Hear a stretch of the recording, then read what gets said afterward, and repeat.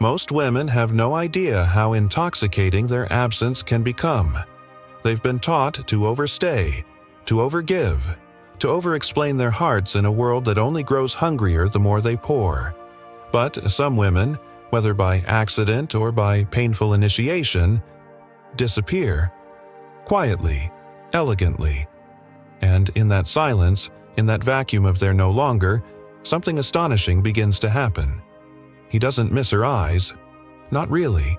He misses the way the room felt when she wasn't trying. He doesn't ache for her voice. He aches for the mystery that her silence wrapped around his ego like a velvet noose. You see, he didn't fall in love with her presence. He fell in love with her echo, because her presence reminded him of all he wasn't ready to face. But her absence gave him space to dream about her perfection, to worship the phantom she left behind, to project onto the blank canvas of distance everything his wounded psyche could never claim in real connection. This is not romance. This is archetypal drama. This is anima possession, the dance of a man in love with the goddess he imagines, not the woman who breathes. Carl Jung warned us, a man's soul is not whole until he integrates the feminine within, and until he does, he won't love a woman. He'll idolize her shadow, then resent her humanity. She becomes a mirror, not a being. And when that mirror refuses to reflect what he needs to see, he withdraws. Or worse, he punishes. But when she vanishes on her own terms, when she walks away, not in anger, not in tears, but in sovereign stillness, something breaks in him. Because for the first time the reflection is gone. The spell is undone. The theater goes dark and he's left sitting with the truth. He never really saw her. Not truly. Not as she was.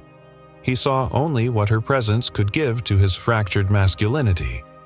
And yet, now that she's gone, now that her absence has carved out space in his psyche like an empty throne, he finds himself obsessed.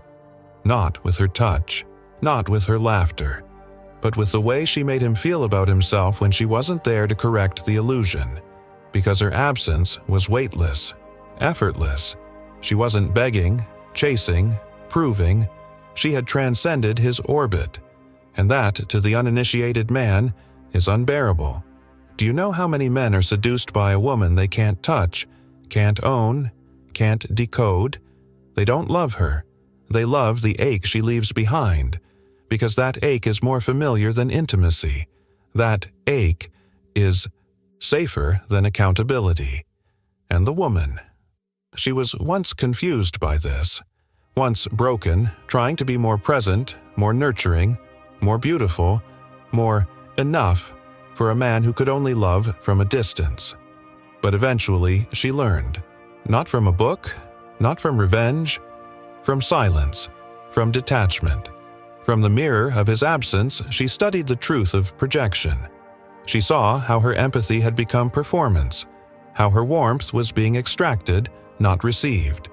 She saw how her soul had been slowly contorted into a muse for a man who could not hold the weight of her realness. And so, one day, without grand exits or cruel punishments, she simply evaporated. Her energy reclaimed. Her attention pulled back, not as a strategy, but as a return to self. She didn't need to hurt him. She didn't even need him to notice, because the absence wasn't for him.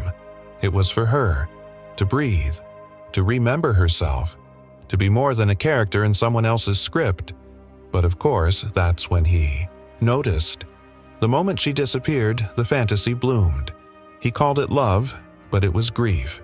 He said he missed her, but he missed the mirror. The illusion he had once sculpted out of her kindness now crumbled into longing. This is the paradox. Some men love more when they have less, not because they understand her, but because the space allows them to remain unchallenged. The feminine mystery is too confronting in the flesh, too unpredictable, too powerful.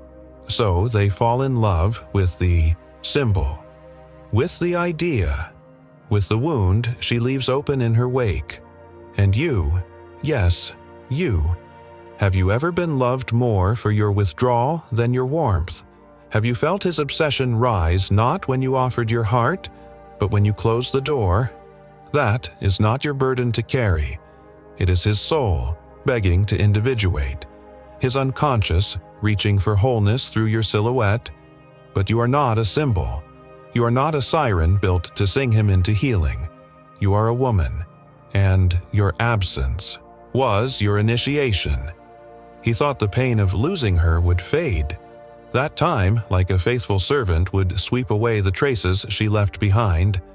But time has no power over archetypes, and she was never just a woman in his life. She was a portal, a force, an invitation into the parts of himself he refused to see. Now her absence grows louder with each passing day. It whispers in the empty corners of his conversations. It lingers in the pause before he replies to texts he doesn't care about. It stings when he sees someone who almost resembles her, but not quite. This is not heartbreak. This is confrontation with the anima, his internal feminine, now severed from its external vessel. She once embodied it for him. Now he's left to face it alone. You must understand something. When a man has not yet done the inner work, he will seek in women what he cannot provide himself: safety, nurture, validation, mystery, all the things his ego resists, but his soul craves. And once he finds it, he clings, but not in obvious ways. He won't say it. He might even push her away, because to hold the real feminine, to truly receive her, requires surrender, and he's still trying to win. The game ends when she stops playing, not because she's bitter, but because she's awakened. And what a frightening thing, to lose someone not because they hated you, but because they finally saw through you. She was once so available, answering the phone on the first ring, showing up even when she was tired, forgiving things she should have walked away from. She was sunshine bent into a shape to warm the cold parts of him, but he never asked how the sun felt being stretched like that. He only noticed when it stopped shining. That's when he panics. Not because he loves her, but because the supply is gone. You see, most men don't realize they are addicted to the emotional labor of a woman until she withdraws. They don't understand how much they rely on her presence to validate their existence. And when she's gone, they confuse withdrawal symptoms with affection. He says, "I miss her." What he means is, "I miss the way she made me feel like I was more than I am. I miss the way she reflected back my worth without asking me to earn it. I miss the emotional home I never built for myself." And you, have you ever watched a man fall in love with the space you left behind? It's a strange kind of power, not the manipulative kind, not the petty silence or strategic distance, but the power of non-need. The power of choosing yourself so fully that his access to you becomes a privilege, not a given. Jung taught us that what we repress becomes fate. And when a woman represses her need for wholeness in favor of connection, she becomes the fate of a man unready to meet her. She becomes the lesson, the ghost, the turning point. She never wanted to haunt him, she wanted to love him, but not at the cost of her soul. And that's the unbearable truth. He had her. He just didn't know what he was holding. And now that she's gone, he romanticizes the silence, because in her absence he can imagine her as he pleases. She's perfect again, flawless, untouchable. But what he really misses is the part of himself he felt when she was near. And that isn't love. That's projection. You can't love what you refuse to understand. And he never truly understood her. He never asked why her smile was tired, or why she stopped talking during dinner, or why she looked at the floor when she used to look at him. He missed the moment she faded, because he was looking for the fantasy, not the woman. But her absence, that he notices. He hears it in every laugh that doesn't reach his heart. He feels it in every touch that doesn't ignite anything real. He sees it in every woman he tries to mold into her shape. Unsuccessfully. She is gone. And now he walks through echoes, calling it love. But it's really just regret. Regret is a cruel teacher. It whispers in the voice of hindsight, but it offers no comfort, no absolution. It only plays back the missed moments, the careless dismissals, the distracted glances, the words he said when he thought she'd always be there. But women like her don't stay. They evolve. They shed, not just lovers, but versions of themselves. And once she outgrows the role of caretaker, of emotional nursemaid, of psychic mirror to a man's fragmented ego, she becomes untouchable. Not in status, not in pride, but in essence. Because now she's rooted, not in him, but in herself. This is what he never expected. That her absence wasn't a void. It was a blooming. He thought she left because she was wounded, but she left because she was done. And that difference is everything. When a woman leaves in pain, there's a door cracked open, a possibility of return. But when she leaves in clarity, there's no map back to her. And yet still, he tries. Not always with apologies. Sometimes with nostalgia. Sometimes with late-night texts and songs that remind him of her. Sent, like offerings to an altar she no longer worships at. But she doesn't flinch. She doesn't reach back. Because she's not punishing him, she's protecting herself. For the first time, her inner child is safe. For the first time, her nervous system is quiet. For the first time, she can breathe without editing her exhales to accommodate someone else's comfort. And that peace? It's sacred.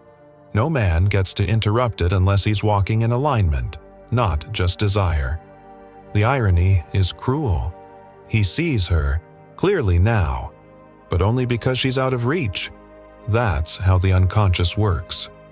Jung said, "Until you make the unconscious conscious, it will direct your life, and you will call it fate." And in his unconscious, she was never a woman. She was a projection of his salvation. Now he sees her humanity. But too late. She doesn't belong to the memory he's sculpted. She belongs to the woman she's become. And he never met her. He met the version of her willing to dim. But the woman she is now, she walks with a different cadence. She speaks less, but her silence says more. She doesn't need to be loud to be felt. She exists in a frequency most men can't hold, not because she's arrogant, but because she's healed. And healing rewires everything. Now, she doesn't chase the emotionally unavailable. She doesn't try to fix what bleeds. She no longer believes that love must be earned through sacrifice. She sees clearly, not just him, but herself, and she sees that he was never in love with her. He was in love with the way she made him feel about himself, and that was never hers to carry. You reading this, if you've ever felt the ache of being wanted more in your absence than in your presence, know this: it was never about your worth. It was about his capacity. You were not too much. He was just not enough to receive you. And that's not judgment. That's discernment. Some men are not meant to hold you. They are meant to awaken you. And when that awakening comes, it doesn't look like fireworks. It looks like solitude. It looks like a woman standing in front of her own reflection and finally recognizing herself. No distortion, no compromise, just truth.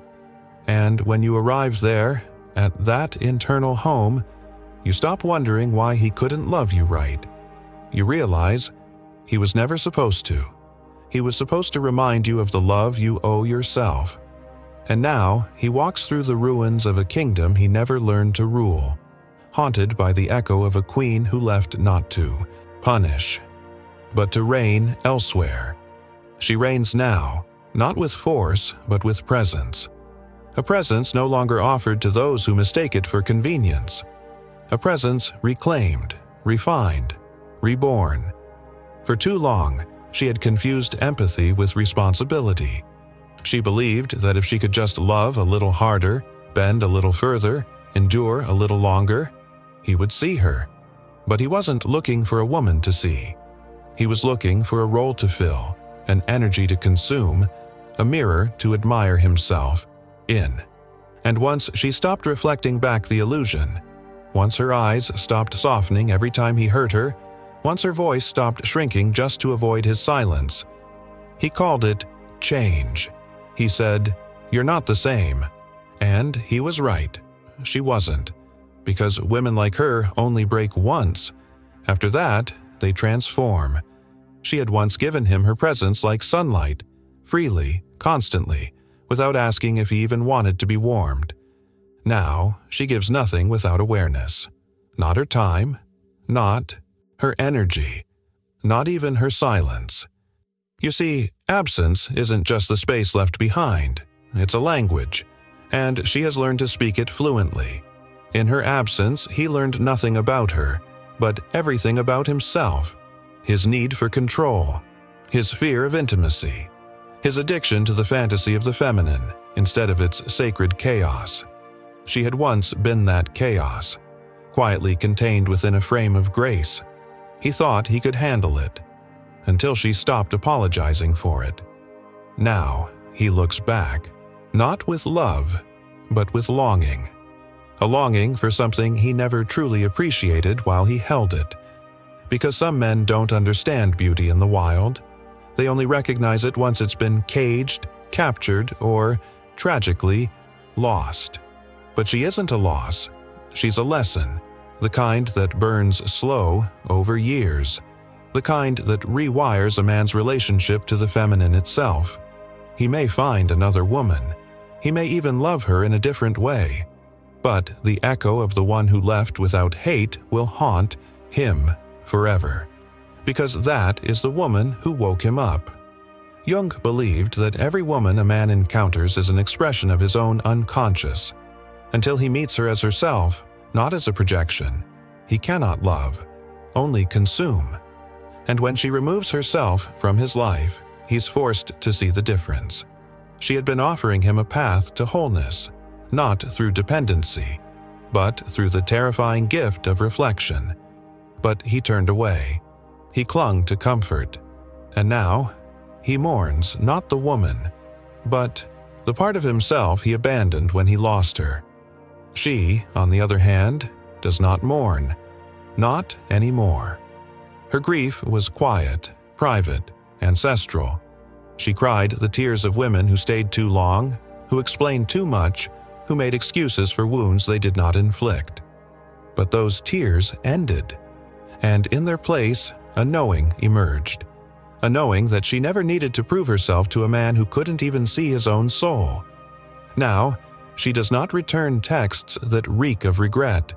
She does not respond to late-night calls dressed up as epiphanies.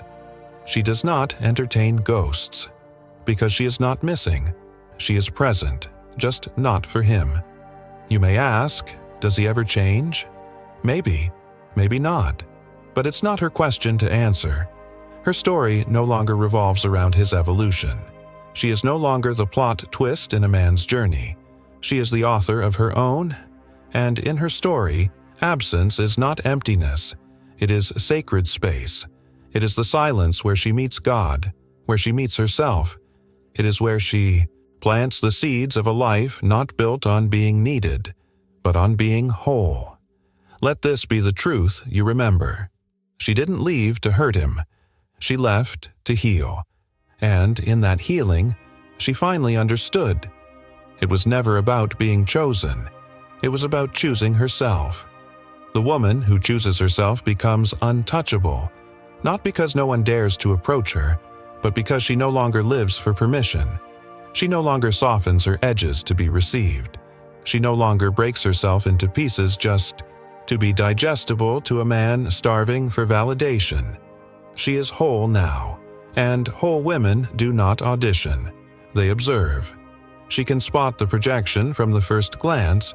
She sees the man who praises her silence, not because he respects her peace, but because he fears the truth her voice might speak. She recognizes the compliments cloaked in confusion. You're mysterious, unreadable, different. Yes, she is. Because she's no longer writing herself in languages that make him feel secure. And this time, she does not mistake attention for affection. She does not confuse his fascination for love. She knows that curiosity is easy when the woman is distant, when the fantasy is still intact, when the mirror hasn't cracked. But if he cannot sit with her shadow, he cannot touch her soul. And she is no longer available for half-presence, for conditional masculinity, for men who only love her in theory. Do you feel this too? The realization that some people only love you from afar because your presence disrupts their illusion, that your truth is too much for their comfort, your fire too bright for their hiding. Let them stay in the distance. Let them love the echo of who you were. Let them romanticize your silence like a song they never learned the lyrics to. Because you were never meant to be a lullaby. You were born thunder. And anyone afraid of the storm was never meant to dance in your rain. He called her intense. He called her overwhelming. But what he really meant was, she made me feel things I wasn't ready to confront. She touched wounds he hadn't named.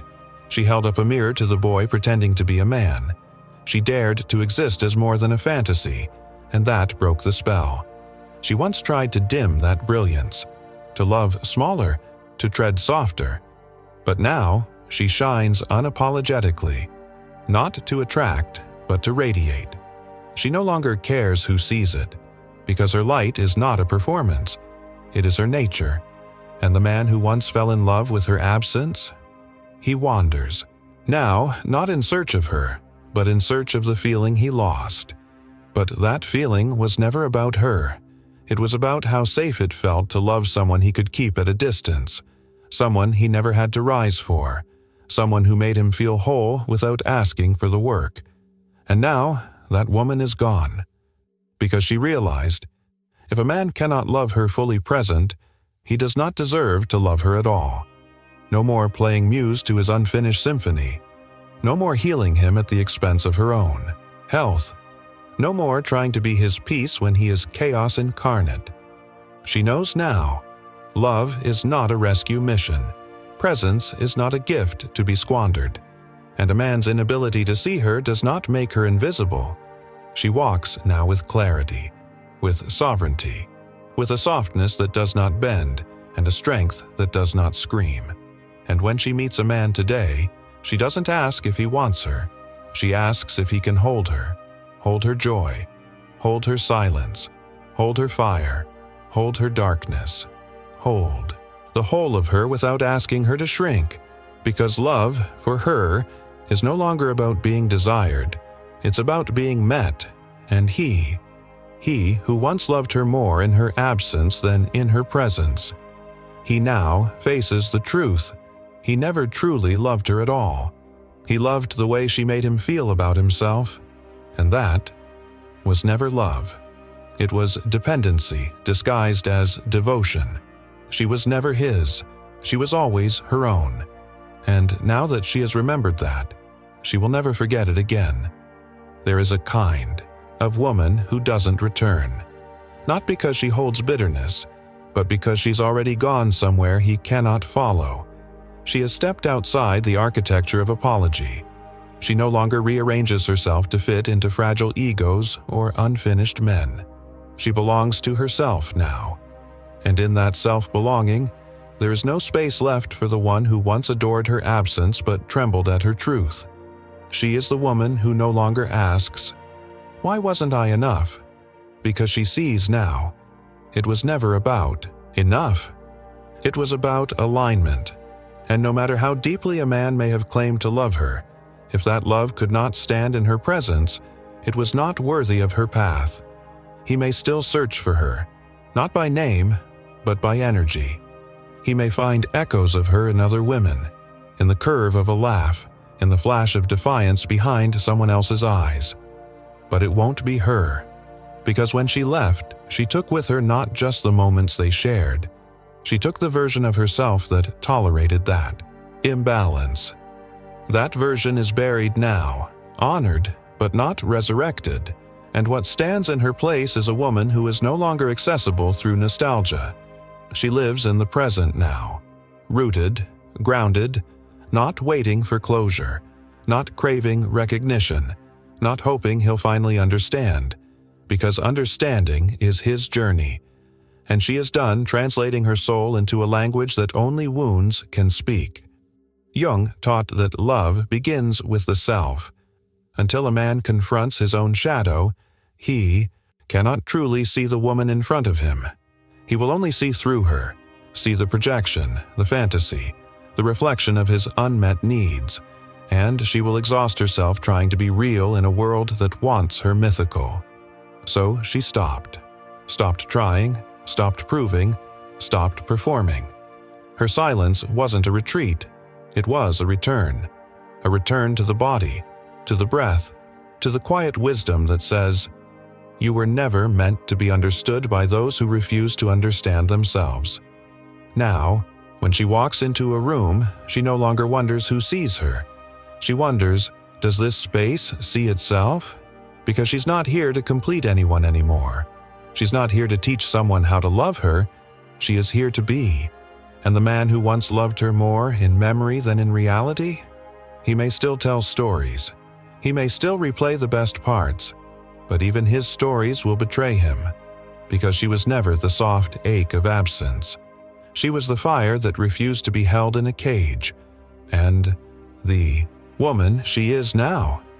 She carries no resentment, no revenge, only wisdom. She thanks the boy who couldn't love her for showing her what not to settle for. She thanks the silence for teaching her that distance can be the most honest form of intimacy. And she thanks herself for finally leaving the table where her soul was being starved. He may one day become a man worthy of her presence, but by then she will have already chosen someone else, or something else, a life that doesn't require her to fracture just to fit, because the woman who rises in her fullness doesn't wait for the world to catch up. She builds a new one, and in that world, love is not about possession. It's about recognition. It's about holding the wild, the wounded, the wise, without fear. So let them say what they will. Let them tell tales of the one who slipped away. Let them try to name her absence. But the truth is this: the woman who knows her worth doesn't chase, she chooses.